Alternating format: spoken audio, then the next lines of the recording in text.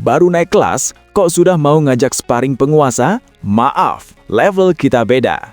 Hasil Persib Bandung vs PSBS Biak di laga perdana Super League 2026 putaran kedua. Kenapa harus nonton? Skornya bikin geleng-geleng kepala, dan lawan langsung kena mental. Cek ulasan lengkap pertandingannya sekarang sebelum kalian nonton di channel lain. Cie, yang pindah ke tetangga cuma buat jadi bayang-bayang juara.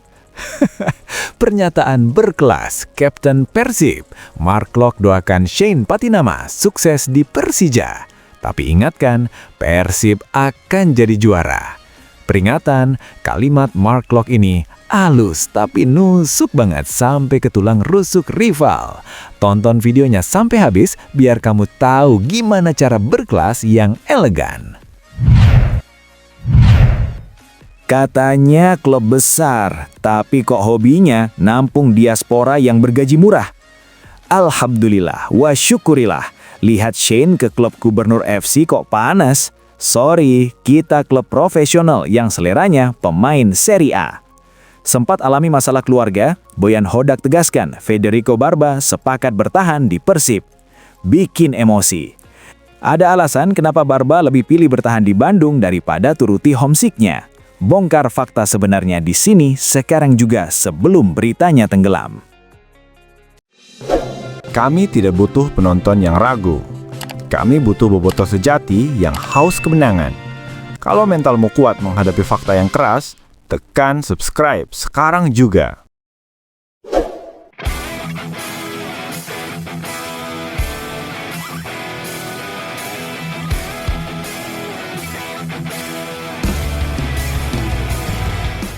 Maaf, level kita beda. Hasil Persib Bandung versus PSBS Biak. Halo warga Bandung, halo dunia. Gimana tadi nonton Persib lawan PSBS Biak? Seru? Menarik? Duh, maaf ya, buat saya sih jujur aja, itu bukan pertandingan bola. Itu tadi namanya sesi latihan yang disiarkan langsung. Kasihan saya sama Biak, jauh-jauh dari Papua terbang ke sini cuma buat jadi konten di roasting sama squad dan taktik cemerlang Boyan Hodak. Itu tadi bukan laga perdana, itu tadi acara tasyakuran 3 poin. Ada yang bilang, tapi kan Biak itu tim juara Liga 2, mereka punya semangat. Iya, semangatnya ada. Pas kick off doang, begitu ketemu Tom Hai di tengah, itu pemain Biak langsung bingung. Ini orang main bola apalagi syuting iklan shampoo. Kok cakep bener, tapi bolanya nggak lepas-lepas. Biak itu ibarat anak magang yang baru masuk kantor di hari pertama, terus disuruh ngerjain proyek triliunan rupiah. Panik, pasti, keringet dingin, jelas. Makanya kalau mau tahu skor akhirnya, ya nggak usah kaget. Cek aja thumbnail video ini atau ke IG Persib. Kalau skornya kayak hasil tryout matematika anak SD, ya wajar. Kita kan juara bertahan, bos. Persib tadi pakai taktik high pressing, tapi jujur, itu bukan pressing taktik sepak bola. Itu namanya intimidasi. Pemain Biak baru mau kontrol bola, tiba-tiba ada Matrikardi di belakangnya. Itu pemain Biak pasti mikir, ini back apa gunung tangkuban perahu? Gede bener. Begitu bola lepas, langsung disikat. Transisinya secepat kilat. Biak baru mau narik napas, bola udah ada di gawang mereka. Taktik kita sederhana, biarkan mereka punya harapan selama 3 detik, lalu hancurkan di detik keempat. Lini tengah kita itu bukan tempat main bola, itu kawasan eksklusif. Tom Hai sama tandemnya itu mainnya tenang banget. Mereka kayak lagi main catur di taman. Sementara pemain tengah Biak kayak lagi ikut lomba lari maraton tapi nggak tahu garis finishnya di mana. Visi bermain Persib tadi bikin operan-operan pendek yang saking rapihnya, pemain Biak sampai lupa kalau mereka itu lawan, bukan penonton yang bayar tiket buat lihat operan kita. Persib bermain dengan skema 4-3-3, yang artinya 4 kali lipat lebih jago, 3 poin sudah pasti, dan 3 musim berturut-turut bakal juara. Ada yang doain, semoga Persib ambil pelajaran dan hikmah. Hikmah apa? Hikmahnya cuma satu, ternyata menang itu gampang ya kalau lawannya bukan bayangan sendiri. Kita ini bukan cuma mau juara lagi, kita mau hat-trick. Musim ini kita bikin liga jadi membosankan, karena Persib menang terus. Maaf ya tim-tim lain, mending kalian fokus perebutan peringkat 2 aja. Peringkat 1 itu udah dipesan atas nama Persib Bandung sampai 3 musim ke depan. DP-nya udah lunas pakai trofi kemarin. Buat PSBS Biak, terima kasih sudah datang. Pulangnya hati-hati, jangan lupa bawa oleh-oleh Odading Mang Ole sama kenangan pahit dari GBLA. Kita mah santai, stamina masih penuh, keringet aja belum netes, udah menang. Persib mah bebas, amin paling kenceng buat juara lagi. Welcome to Indonesia, Shane. Tapi maaf, kami tetap rajanya. Halo Bandung, halo Bobotoh. Bursa transfer paruh musim Super League 2025-2026 digemparkan dengan kepindahan bek kiri timnas Indonesia, Shane Patinama ke Persija Jakarta. Namun, yang menjadi sorotan publik bukan hanya kepindahannya, melainkan komentar jenaka namun penuh intimidasi dari Kapten Persib Bandung, Mark Klok. Kalian dengar berita terbaru? Sahabat saya, my brother Shane Patinama akhirnya pindah ke Jakarta. Wah, selamat ya Shane. Akhirnya kamu bisa merasakan macetnya Jakarta dan macetnya pertahanan Persib kalau nanti kita ketemu. Jujur, pas dia telepon saya, dia tanya, Mark, gimana main di Indonesia? Saya jawab, enak Shane. Makanannya enak, supporternya gila, tapi cuma ada satu masalah. Dia tanya, apa itu? Saya bilang, kamu nggak bakal bisa juara, soalnya gajimu bakal ditunggak kayak kasus saya dulu di Persija. Persija sekarang bangga banget punya Shane. Katanya lini belakang mereka bakal sekuat tembok Berlin. Aduh bos, mau pasang tembok Berlin, tembok Cina, atau tembok raksasa sekalipun, kalau yang datang menyerang itu William Barros sama Berginho, itu tembok bakal berubah jadi kerupuk kaleng. Sekali senggol, remuk. Shane itu bek kiri yang jago overlap, tapi di Persib kita punya taktik khusus buat dia. Begitu dia naik menyerang, kita biarin aja. Kenapa? Biar dia capek sendiri lari balik, sementara kita udah selebrasi gol ketiga di gawang mereka. Efisiensi guys. Banyak yang bilang, Mark, sombong banget sih, liga baru mulai putaran kedua. Bukannya sombong, ini namanya realistis. Kita juara bertahan, kita punya skuad yang saking mewahnya, pemain cadangan kita aja kalau dijual bisa buat beli satu komplek perumahan di Jakarta Selatan. Shane Patinama resmi diperkenalkan oleh manajemen Macan Kemayoran pada Jumat dengan durasi kontrak 2,5 musim. Shane sendiri langsung hadir di tribun Stadion Utama Gelora Bung Karno saat Persija menumbangkan Madura United dengan skor 2-0 pada Sabtu malam. Didampingi pelatih baru timnas Indonesia, John Herdman, Shane menegaskan ambisinya. Target saya jelas, saya datang ke sini untuk membawa Persija juara, tegas pemain 27 tahun tersebut. Pihak manajemen Persib kemarin bilang ke saya, Mark, tolong kasih semangat ke Shane. Saya bilang, siap, makanya saya doakan dia sukses. Sukses mainnya, sukses lari-larinya. Tapi mohon maaf lahir batin, kalau urusan angkat piala, mending dia nonton kita aja dari TV.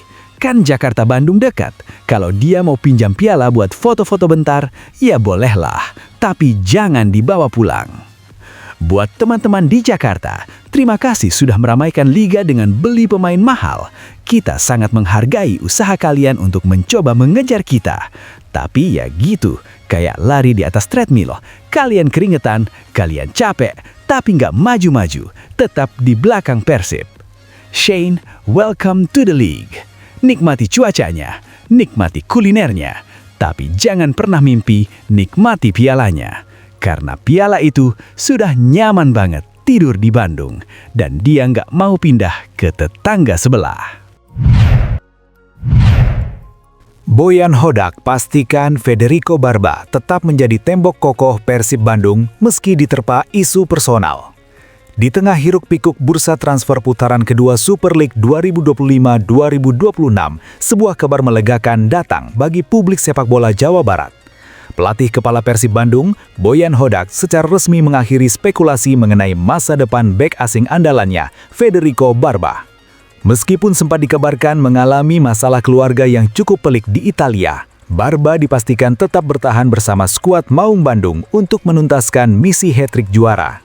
Spekulasi mengenai kepergian Barba bermula ketika pemain berusia 32 tahun tersebut sempat absen dalam beberapa sesi latihan intensif pekan lalu. Rumor yang berkembang di media sosial sempat menyebutkan bahwa ex-pemain Benevento dan Chievo Verona tersebut mengajukan pemutusan kontrak demi bisa kembali ke Italia untuk menyelesaikan urusan keluarga yang mendesak. Namun, dalam sesi konferensi pers yang digelar, Boyan Hodak memberikan klarifikasi yang mendinginkan suasana. Memang benar Federico Barba sempat memiliki masalah keluarga di Italia yang menyita fokusnya. Kami di Persib selalu mengedepankan sisi kemanusiaan. Sepak bola itu penting, tapi keluarga adalah prioritas. Namun, setelah pembicaraan mendalam, saya bisa pastikan 100% bahwa Federico tetap bersama kita. Dia adalah profesional sejati, tegas Boyan Hodak di hadapan awak media. Manajemen Persib memberikan cuti singkat khusus bagi Barba untuk menyelesaikan urusannya melalui komunikasi jarak jauh yang diapresiasi tinggi oleh sang pemain. Barba masih terikat kontrak hingga akhir musim 2026 dengan opsi perpanjangan dan ia menyatakan ingin menghormati kontrak tersebut sebagai bentuk rasa terima kasih kepada bobotoh. Meski sempat terganggu secara psikis, hasil tes fisik terbaru menunjukkan Barba tetap berada dalam level kebugaran prima, siap diterjunkan dalam laga krusial mendatang. Kehadiran Federico Barba di lini belakang Persib musim ini memang menjadi kunci dominasi sang juara bertahan. Statistik mencatat, sejak Barba bergabung, rata-rata kebobolan Persib menurun drastis menjadi hanya 0,6 gol per pertandingan. Duetnya bersama Matricardi dianggap sebagai pasangan bek tengah terbaik di Asia Tenggara saat ini. Keberhasilan manajemen mempertahankan Barba juga menjadi sinyal kuat bagi para rival, terutama setelah Persija Jakarta mendatangkan Shane Patinama. Persib seolah ingin menegaskan bahwa kekuatan mereka tidak hanya terletak pada lini serang yang tajam, tetapi juga pertahanan yang tidak tergoyahkan oleh drama apapun di luar lapangan. Direktur Olahraga Persib juga menambahkan bahwa keharmonisan ruang ganti menjadi faktor utama Barba memilih bertahan. Federico merasa Bandung sudah seperti rumah kedua. Dukungan dari rekan setim seperti Mark Klok dan Andrew Zhang sangat membantu dia melewati masa sulitnya. Dia tidak ingin meninggalkan tim di saat kita sedang berjuang mengejar sejarah hat-trick juara, jelasnya. Dengan kepastian ini, Persib Bandung dipastikan akan tampil dengan kekuatan penuh di sisa putaran kedua. Federico Barba dijadwalkan akan kembali memimpin lini belakang dalam laga big match pekan depan, yang sekaligus akan menjadi pembuktian bahwa masalah personal justru membuatnya semakin tangguh di lapangan hijau. Sebenarnya masalah keluarga Barba itu simpel. Keluarganya di Italia bingung kenapa Barba betah banget di Bandung. Barba cuma jawab, gimana nggak betah? Di sini saya nggak perlu jadi gladiator. Saya cuma perlu berdiri diam aja, striker lawan sudah sungkem duluan. Buat tim lawan yang kemarin sempat seneng dengar rumor Barba mau pergi, maaf ya, silakan simpan lagi kembang apinya. Tembok Italia kita nggak goyang cuma karena rindu spaghetti. Dia lebih milih seblak Bandung dan mengangkat piala di akhir musim. Stabilitas baru di bawah Mistar. Bagaimana Senne Lammens menghadirkan ketenangan bagi lini belakang Manchester United? Di tengah fase transisi krusial di bawah asuhan pelatih Ruben Amorim, Manchester United tampaknya telah menemukan jawaban atas problematika klasik mereka di sektor penjaga gawang. Senne Lammens, kiper muda berbakat asal Belgia yang didatangkan dari Royal Antwerp pada deadline day musim panas lalu, kini menjadi buah bibir di Liga Primer Inggris berkat performanya yang dingin dan stabil, memberikan rasa aman yang selama ini dirindukan oleh lini pertahanan The Red Devils. Sejak melakukan debut gemilangnya melawan Sunderland pada Oktober 2025, Lammens telah menunjukkan kematangan yang melampaui usianya yang baru 23 tahun. Berbeda dengan pendahulunya yang seringkali tampil eksplosif namun berisiko, Lammens dikenal karena penempatan posisi yang sangat disiplin dan ketenangan luar biasa saat menghadapi tekanan tinggi, high press. Statistik terbaru per Januari 2026 menunjukkan korelasi positif antara kehadiran Lammens dengan penurunan angka kesalahan fatal di lini belakang. Berdasarkan data Opta, Manchester United mencatatkan rata-rata 0,8 kebobolan per pertandingan sejak Lammens menjadi pilihan utama, sebuah peningkatan signifikan dibanding awal musim. Senne bukan hanya seorang penjaga gawang, Dia adalah dirijen bagi bek kami. Ketenangannya menular ke Lisandro Martinez dan Matthijs de Ligt, membuat mereka bisa fokus pada intercept tanpa harus khawatir akan celah di belakang, ujar Ruben Amorim dalam konferensi pers pasca kemenangan melawan Liverpool di Anfield. Fakta menarik dan statistik kunci Sander Lamens Januari 2026. Save ratio mencapai 66,7%, salah satu yang tertinggi bagi kiper muda di musim debutnya di Inggris. Goals prevented berhasil mencegah 1,51 gol ekstra berdasarkan metrik expected goals on target (XGOT). Commanding the area dengan tinggi 1,93 meter, Lamens memiliki tingkat kesuksesan klaim bola udara sebesar 92%, memberikan solusi atas kelemahan United dalam mengantisipasi bola mati. Pujian dari legenda, The Next Schmeichel. Ketenangan Lamens bahkan memancing komentar dari legenda klub, Peter Schmeichel. Schmeichel memuji keputusan manajemen United yang lebih memilih berinvestasi pada talenta muda seperti Lamens ketimbang memburu kiper veteran dengan harga selangit. Menjadi penjaga gawang Manchester United itu tidak mudah, terutama di saat tim tidak bermain dengan baik. Tapi anak ini, atau Lamens, punya mentalitas baja. Dia tidak melakukan penyelamatan akrobatik hanya untuk kamera. Dia melakukan apa yang perlu dilakukan untuk menjaga gawang tetap bersih, tutur Schmeichel via Sky Sports. Meskipun performa Lamens impresif, rumor mengenai ketertarikan Manchester United pada Emiliano Martinez dari Aston Villa tetap berembus kencang di bursa transfer Januari 2026. Beberapa pihak, termasuk mantan pelatih Rene Meulensteen, berpendapat bahwa meski Lamens potensial, United tetap membutuhkan sosok kiper juara dunia untuk menghadapi kompetisi Liga Champions musim depan. Namun, dukungan dari fans di Old Trafford tampaknya sudah bulat. Dalam jajak pendapat terbaru di aplikasi resmi klub, lebih dari 75% supporter menginginkan Lamens tetap menjadi nomor 1. Bagi mereka, Lamens adalah representasi dari era baru United yang lebih stabil dan tidak lagi didominasi oleh drama individual di lapangan. Era baru lini tengah. Bagaimana Conor Gallagher diproyeksikan membawa perubahan revolusioner bagi Tottenham Hotspur? Jendela transfer musim dingin 2026 menjadi saksi salah satu pergerakan paling strategis di Liga Premier Inggris.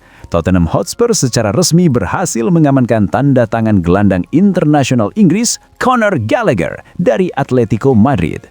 Kepindahan senilai 40 juta euro, sekitar 685 miliar rupiah, ini bukan sekedar aktivitas transfer biasa, melainkan sebuah pernyataan ambisi dari manajemen Spurs untuk mengubah dinamika permainan mereka di bawah asuhan pelatih Thomas Frank. Proses kepindahan Gallagher ke London Utara tergolong dramatis. Sebelumnya, Aston Villa berada di posisi terdepan untuk memulangkan mantan kapten Chelsea tersebut ke Inggris. Namun, cedera parah yang menimpa gelandang andalan Spurs, Rodrigo Betancourt, memaksa pihak klub bergerak cepat. Hanya dalam hitungan hari, Tottenham melakukan hijack terhadap negosiasi Villa dan meyakinkan Gallagher bahwa proyek di Stadion Tottenham Hotspur adalah langkah terbaik bagi kariernya menjelang Piala Dunia 2026. Pelatih Thomas Frank dalam konferensi pers resminya menekankan bahwa Gallagher membawa profil yang selama ini absen dari lini tengah The Lily Whites. Berdasarkan analisis data dan performa terbarunya, berikut adalah perubahan signifikan yang diharapkan dibawa oleh pemain berusia 25 tahun tersebut. Intensitas pressing tinggi. Gallagher dikenal sebagai salah satu gelandang dengan daya jelajah tertinggi di Eropa. Di Atletico Madrid, ia mengasah disiplin taktisnya di bawah asuhan Diego Simeone. Statistik menunjukkan ia berada di persentil ke-96 untuk intercept dan ke-74 untuk tackle di antara gelandang top Eropa. Kehadirannya memungkinkan Spurs menerapkan gaya bermain heavy metal football yang agresif.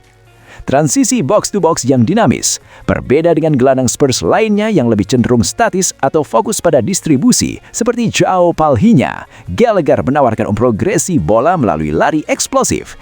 Ia berada di persentil ke-84 untuk progressive carries, yang berarti ia mampu memecah garis pertahanan lawan dengan giringan bolanya sendiri. Ketajaman dari lini kedua. Lini tengah Spurs sering dikritik karena kurang memberikan kontribusi gol.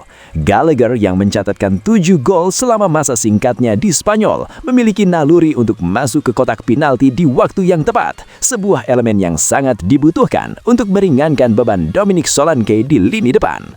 Selain aspek teknis, manajemen Tottenham melihat Gallagher sebagai sosok pemimpin baru.